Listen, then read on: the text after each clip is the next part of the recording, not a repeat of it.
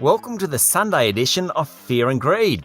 It's something a little different to what you're used to hearing, but stick around as we dissect some of the big business stories you need to know.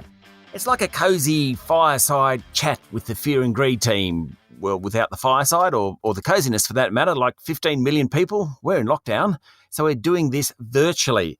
Now, let me introduce the team to you this morning. First is Adam Lang, aka Adamski. He's like the grand poobah, the head honcho, the main man, anything else you want to say, of the show. That means sales, spreadsheets, bonhomie, spreadsheets definitely, and certainly organisation. Adam's run radio stations, managed bands, been CEO of a listed company, and generally knows his way around the place. Good morning, Adam. Good morning to you, Sean. And then we have Michael Thompson, otherwise known as Mickey T. He does all the hard work, organising, producing, editing and filing the show. Michael is a former long-time producer of one of the highest-rated radio programs in the country. That means he's very, very patient. He's an author, non-sleeper, and seems to know just a little bit about pretty much everything. Good morning, Michael. Hello, Sean. Adam, let's start. How big's your share portfolio? What do you know about shares?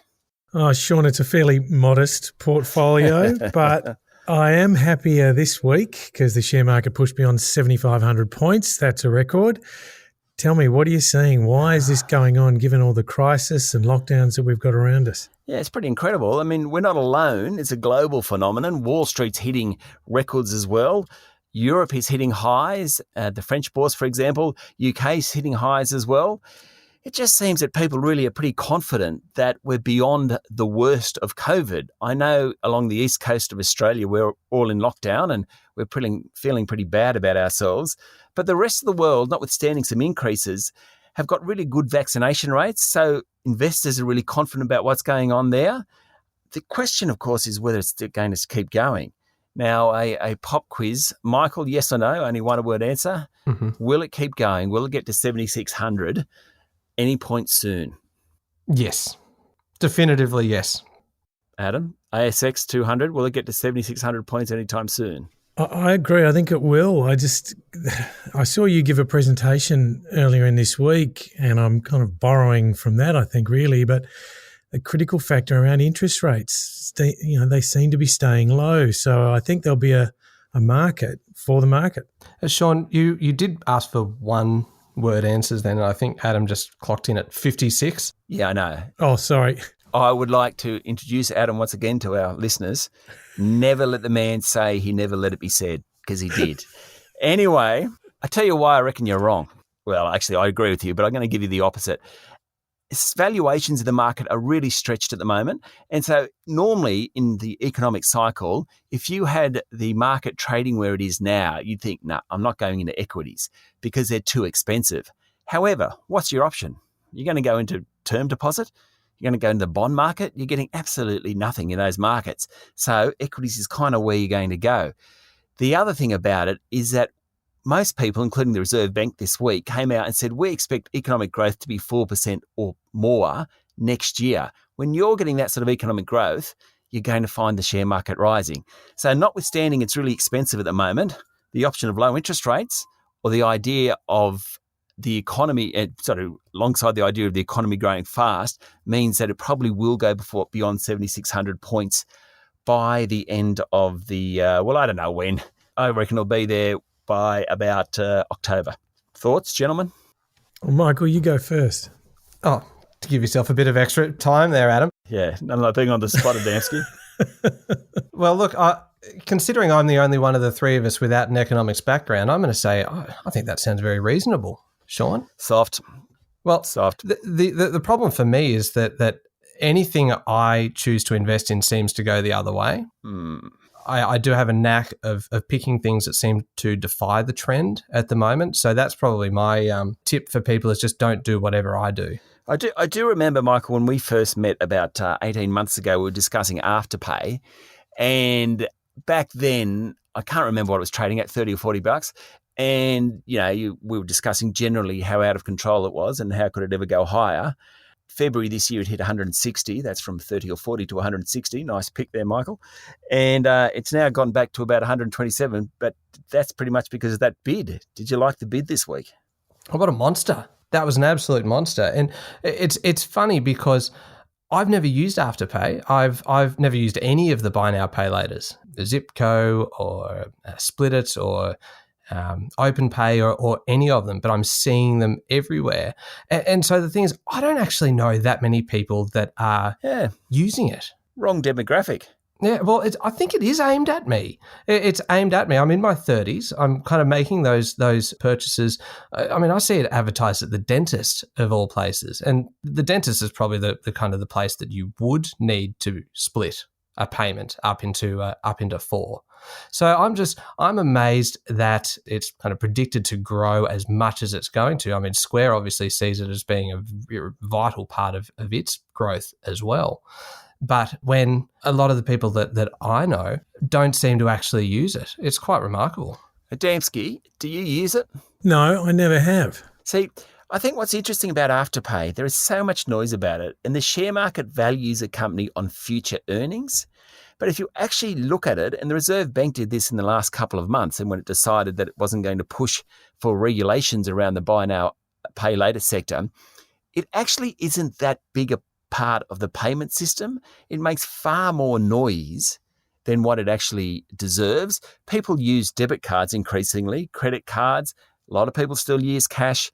Those sorts of payments in the tap and go, that sort of sector, it's huge. I think Afterpay did a great job in going to millennials and getting those guys to pay in 4 installments. But in actual fact, it's not that big a part of the market, but it makes such a lot of noise. Sean, I guess this is part of what they're selling in a way, and there's so much romance about it. Jack Dorsey's, from Twitter, his company Square being into it. This company, Afterpay, didn't exist really 6 years ago. And now we've got this company who's really smartly targeted millennials. Indeed, to your point about buying into the future, that seems to be precisely what they're doing, and it is something that is being done in Australia that has a worldwide application. I love the buy now, pay later and the gaming group. So PointsBet's the best example. They're the two sectors that Australia seems to be best at in creating a market, and certainly an institutional market to invest in them, and then going offshore and doing really well in the US. Michael, so my theory is buy now, pay later's peaked. What's your take on that before I crap on and tell you why I think I'm right? Look, I don't think so. I don't agree with you. I think there's still a fair amount of education that needs to be done for them. In that I don't yet really understand how it works. And I think as more and more people do start to use it and word of mouth starts to spread beyond just the brand name Afterpay, that it may actually grow. So I reckon there's actually still more to come. Okay, so I'm going to alter my answer. I think buy now, pay later will do really well. I think Afterpay has peaked. I'll tell you why. Okay. There's so much competition out there. Klarna is growing. That's partly owned by Commonwealth Bank, although Commonwealth Bank's about to launch StepPay, which is another buy now, pay later group. Citi has come out with a new product. PayPal has come out with a new product. Apple wants to get into it. This is going to be a really crowded space. Now, Afterpay were kind of the first people in the market, and they've done incredibly well. Good on them, but it's going to be much tougher from now. And remember, they're happy to sell out at $126, $127 a share. It was $158 a share not that long ago, back in February. It went down to under $100 a share, then they got this bid. You wonder whether the founders of Afterpay, seeing that they can get $127 a share, notwithstanding it's already been at $158, thought, this is the peak time. Also, the more it grows, the more it'll get regulated. The more it grows, the more bad debts it'll get, and that'll be bad publicity. And I just think that if you're an Afterpay shareholder, now might be the golden time, and actually taking that deal was probably a good idea. We don't provide financial advice on this. You might think we do. We might talk as if we know what we're talking about, but this isn't financial advice. It's just our views. And whose advice would you take? We all have different views. Yeah. Fair point. Sean, on that, and I think, we also had an interview not so long ago with OpenPay, and this space, as you point out, the share of the actual payment market, credit cards, other means of transfer, BPay, FPOS, the buy now, pay later space is not a huge proportion of that spend yet. But do you see thematically across all of them that there is a push perhaps back from these newer starters into the older world of banking? I don't know. I mean, I think buy now, pay later as a product, which is lay-by with a different name and many, many more bells and whistles, I think Michael's right. I think that it will grow. I think there are lots of alternate payment systems now. So I don't know that we'll end up going back to deposit accounts. But only in February, the banking system, so the Reserve Bank and the major banks, they produced a software system whereby you can actually instantly pay between phones. If I'm at Commonwealth Bank and you're at Westpac, we tap each other's phones and that payments goes through immediately. I think that's the future rather than going back to the old type. Okay. Now, something else I wanted to talk to you about, Adamski. Yes. You're the man that's been CEO of a listed company. You've been up there with the boardroom, all that sort of carry on, as opposed to Michael and I, who were always in the lunchroom. Yes, Sean. Do you know Christine Holgate? No, I have not. I've not met. I haven't had the pleasure of meeting Christine Holgate. So we all know Christine Holgate. She's the former boss of Aussie Post. She, this week, was paid $1 million as part of a remediation process because it was a parliamentary inquiry in November last year, and it emerged that she had bought 4 Cartier watches worth $20,000. That's the total value of them for 4 people. And Scott Morrison heard this, came out, called it a disgrace. She effectively stepped down very soon afterwards, and we ended up with the parliamentary inquiry. And what emerged from that was that $97 million of bonuses had been handed out to Australian Post workers in the previous year. We're talking about $20,000 worth of watches here. And about 34,500 frontline workers, including posties, had been given thank you payments of $600. That there was a lot more to it. But Christine Holgate, who, may not have been everyone's cup of tea, felt the pressure to step down for something plenty of others before her had done because it's something that was normal. What's your take on that? I thought this was just remarkable. And firstly, as I said, I haven't met Christine Holgate, but it is clear that she was a respected leader. Right? Both the company have said that, Australia Post, and others by reputation have said it. So you have that one thing, which her reputation got an absolute lashing as a result of that Senate's estimates inquiry, which then fed through to the Prime Minister, and he had a very strong reaction to it. He did it in Parliament.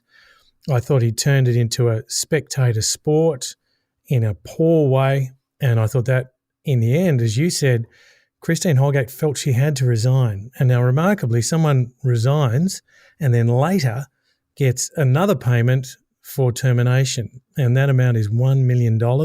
And as you also said, $100,000 towards her legal costs. So I just thought it was excruciating to watch. No doubt she felt terrible. She's been quite open about that.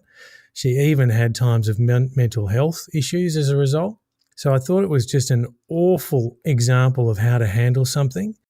I remember back when the Prime Minister was getting stuck in during question time, it was speaking about it, and you mentioned it then, Adam, but that was really quite shocking. It was really very emotive. He seemed very, very angry. And I remember wondering at the time whether he'd chosen it because he was under a bit of pressure, political pressure, as the Prime Minister often is, and whether it was kind of chosen because it was a subject that he thought he could almost get a bit of a popular win on, because it looks like here he is standing up for the taxpayers and standing up for the little people against this kind of big corporate largesse that's kind of wasting money, and just read it completely wrong. And it came across terribly and so disrespectful. And basically, Christine Holgate should have got, in my opinion, an apology for that behaviour. I always wondered whether maybe it was just an attempt at a pretty easy political win. Yeah, I mean, ScoMo's a pub test politician. I agree with you totally. I'm sure he thought this would run well with the electorate, and it didn't.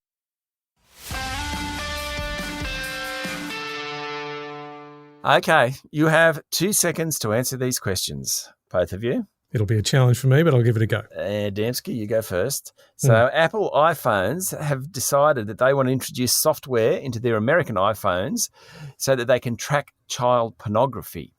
Good idea, bad idea? Bad idea. Bad idea. Why? It's not their place. They've been very careful about, not giving data over to governments before, including the US government, when it was their cooperation was requested. I don't think they're in a position to judge this. I don't mind if they cooperate with authorities, but I do have a problem with them being the arbiters of what's good or bad. That was 2 seconds in 53 seconds. Michael, your take? Good idea. I disagree with Adam. I think that they are the ones that are in a position to identify a problem, and as long as that information is then passed on to the right authorities, I think it is in fact a good idea. Next topic, vaccine rollout. Is it understandable why it has been so appalling and not really a fault of the federal government or the opposite? Start with you, Michael. It's understandable. I understand why it's gone so badly. I don't think it's justifiable. I think that it has been handled really poorly up until now. I think some of the state governments have done a fantastic job of rolling out what they have, but I think it should have been handled better earlier. You're starting to sound like a Adamski with your 2-second answers, Michael. Oh, he set the precedent, unfortunately. And then otherwise, I'm going to look like the one who only has 2 or 3 words to say, and Adam's giving these expansive answers. Mickey T, you've always got many words to say. That's right. Adam, your answer to that one, vaccine rollout. Incomprehensibly bad. Great. That was like a second and a half. Thanks.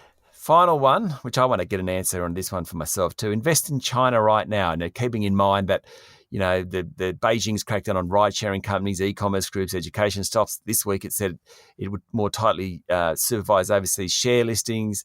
It talked about, and actually this was one of my favourite quotes of the week, the spiritual opium and electronic drug of gaming. Another mouthpiece said that some kids spent 8 hours a day gaming. Just 8 hours. Good. Come to my house. It's called babysitting. Anyway, spiritual opium, electronic drug, gaming. Would you invest in China given what Beijing's up to? Adamski? No, I wouldn't. I don't think you can trust that government. It's too many variables and they've shown to make too many exceptional decisions along the way. Michael? Absolutely not. No, I wouldn't invest in something I didn't understand anyway. And I mean, now there's just so much risk. My answer to that is look at the government first before you worry about the stock. So you're going to have to say no there. But my word, there are some cheap bargains there. Surely. It's tempting. Righto, that's about it. The good week for the Olympics. So, boys, you're happy, enjoyed the last fortnight? Yeah, I thought it was great. I love the Olympics. They should have it every year. Favourite moment? Everything in the pool, basically. The medal haul in the pool was just extraordinary. I cannot get enough of watching the swimming. I think it's fantastic. Adam? I was worried about how it would go, the whole event, and I'm just so pleased it went on. It's been brilliant. And I think the favourite moment for me has only just recently happened. That was the finish of the decathlon where 2 Australian runners in the 1500 worked together to help us score, or the country win, a bronze medal. I thought Adam was about to say that his favourite part of the Olympics was how well organised it was. My favourite moment was when Simone Biles ended up doing the beam. So she didn't compete, and she did, and I watched it because I just thought I want to see this woman, how she goes. But the actual moment was when the Chinese gymnast who won kept waving at the camera, and then Simone Biles is hugging the Chinese gymnast. And on this show, we're always talking about, US, China and China, Australian. When that moment to see these 2 gymnasts from totally different countries embracing each other, I thought it was fantastic. When you saw the skateboarders, the guy that won for Australia, what an Keegan, hugging everyone around him, didn't matter what nationality it was. That to me was the spirit of the games. I just thought that was a really wonderful moment. But the time when Simone Biles and the China, and goes to show my biases here, I couldn't tell you what the Chinese gymnast's name was, but those 2 hugging each other, I just thought was a wonderful moment. Absolutely. Yeah, I agree. Fantastic. Thank you, Michael. Thank you, Mickey T. Thank you, Adamski. I'm being a bit too formal here, but anyway. Thank you, Sean. Great pleasure. That's it for the week. I hope you enjoyed it. Don't forget to follow us on LinkedIn, Twitter and Facebook, and you can always find out more on fearandgreed.com.au. That's it. That's the end of our Sunday experiment. We'll be back for more next week unless you tell us otherwise. I'm Sean Aylmer. Enjoy your day.